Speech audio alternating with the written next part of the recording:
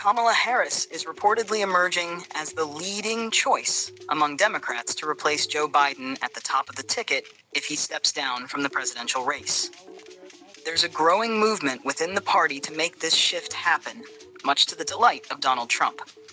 Former Democratic Ohio Congressman Tim Ryan told TMZ that many Americans see it as unrealistic to continue with President Biden following his disastrous June 27th debate against Trump. According to Ryan, an increasing number of Democrats believe Harris is their best option moving forward. She is the only candidate who, as VP, would inherit Biden's war chest and campaign infrastructure, Ryan explained. Ryan, who lost his re-election bid to J.D. Vance in 2020 after over 2 decades in office, said he's been in discussions with members of Congress, Senate offices, and other key Democratic figures.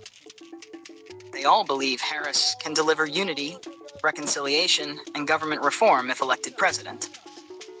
Trump, however, sees a potential face-off with Harris as a significant advantage.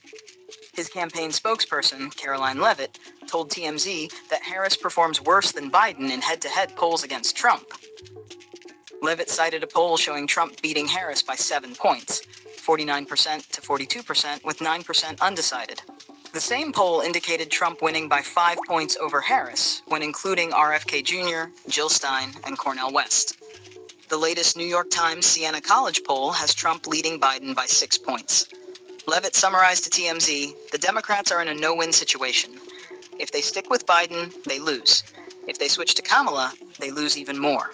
President Trump is going to win no matter what they decide. Despite this, Ryan remains optimistic.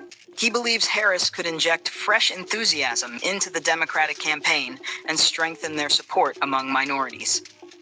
He campaigned with Harris in 2020 and noted her ability to connect with people, describing her as a total rock star.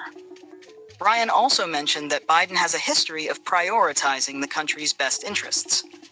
He thinks Biden might decide to step aside for a younger generation of Democratic leaders, beginning with Harris.